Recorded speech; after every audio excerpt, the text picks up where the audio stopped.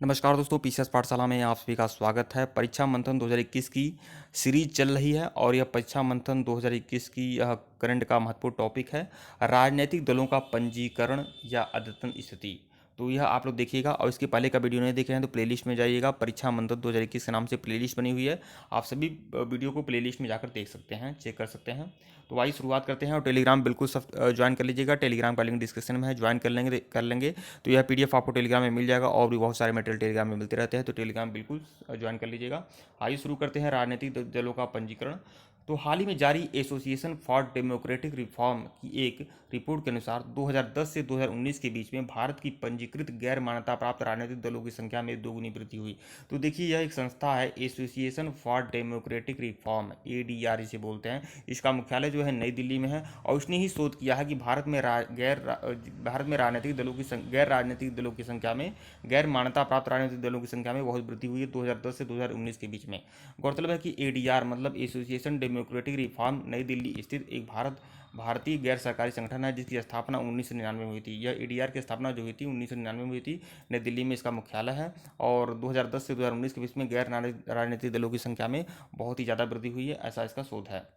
Report संबंधी मुख्य बातें हैं, जो रिपोर्ट है वह क्या है, तो देखिए, एसोसिएशन फॉर डेमोक्रेटिक रिफॉर्म की नवीनतम रिपोर्ट के अनुसार 2018-19 के लिए कुल 2301 पंजीकृत गैर मान्यता प्राप्त राजनीतिक दलों में से 78 दलों की अंशदान रिपोर्ट सार्वजनिक रूप से उपलब्ध है। 2301 गैर मान्यता प्राप्त राजनीतिक दल हैं। वर्ष 2017-18 के लिए मात्र 82 पंजीकृत गैर मान्यता प्राप्त राजनीतिक दलों द्वारा अंशदान रिपोर्ट संबंधित राज्य मुख्य निर्वाचन अधिकारियों की वेबसाइट पर अपलोड किया गया है। पिछले 10 वर्षों में इन दलों की संख्या में 2 गुना वृद्धि हुआ है। इनकी संख्या में 2010 में 1112 थी, जो कि वर्ष 2019 में 2301 हो चुकी है। गैर मान्यता प्राप्त राजनीतिक दल, तो यह देखिएगा, जिन राजनीतिक दलों के लिए विधानसभा चुनाव व आम चुनाव में पार्टी बनने हेतु आवश्यक मत प्रतिशत हासिल नहीं हो पाता है, या जो राजनीतिक दल पंजीकृत होने के बाद से कभी भी चुनाव नहीं लड़े हैं, अथवा नए पंजीकृत राजनीतिक दलों को गैर मान्यता प्राप्त दल माना जाता है। इन दलों के लिए मान्यता प्राप्त दलों को प्राप्त होने वाले सभी सुविधाओं और लाभ नहीं मिलता है। तो यह देखिएगा, भारत में गैर मान्यता प्राप्त राजनीतिक दल, तो देखिए, वर्तमान में भारत के निर्वाचन आयोग में 2360 राजनीतिक दल हैं। 2360 राजनीतिक दल हैं कुल मिला के, जिसमें से 2301 जो हैं वह गैर मान्यता प्राप्त राजनीतिक दल हैं। राजनीतिक दलों का पंजीकरण। राजनीतिक दलों का पंजीकरण लोक प्रतिनिधित्व अधिनियम 1951 की धारा 29A के तहत है।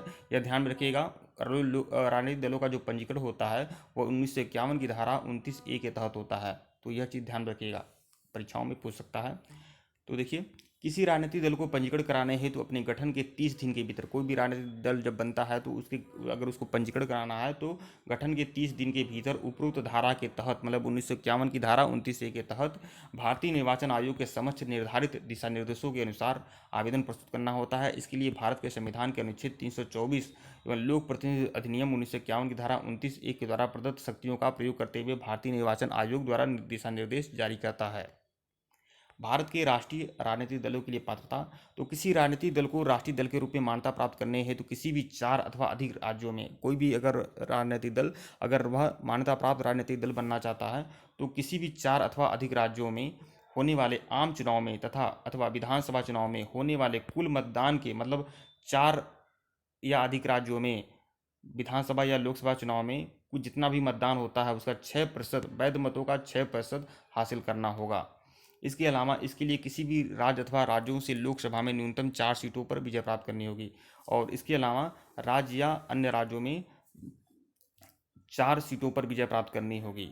राजनीतिक दल द्वारा विधानसभा चुनाव में कुल लोकसभा सीटों की 2%, लोकसभा सीटों की जितनी भी लोकसभा सीट है उसका 2% आपके पास होना चाहिए, तभी आप राजनीतिक मान्यता प्राप्त राजनीतिक दल हैं। 543 सदस्यों की वर्तमान संख्या में से 11 सदस्य, मतलब 2% यही होगा, 11 सदस्य सीटों पर जीत हासिल की गई हो। ये सदस्य कम से कम 3 अलग अलग राज्यों से चुने गए हों। राज्य स्तरीय राजनीतिक दलों के लिए पात्रता। किसी राजनीतिक दल को राज्य स्तरीय राजनीतिक दल के रूप में मान्यता प्राप्त करने हेतु राज्य में हुए लोकसभा या विधानसभा के चुनाव में होने वाले मतदान के कुल वैध मतों का न्यूनतम 6% हासिल करना होगा, तभी वह मान्यता प्राप्त राजनीतिक दल कहलाएगा। इसके अलावा इसके लिए संबंधित राज्य की विधानसभा में कम से कम 2% सीट जीत हासिल करने को 2% सीटें भी पानी है और कम से कम 6% वैध मतों का प्राप्त करना है। राजनीतिक दल के लिए राज्य की विधानसभा के लिए होने वाले चुनाव में कुल सीटों का 3% अथवा 3 सीटें जो भी अधिक हो हासिल करना होगा।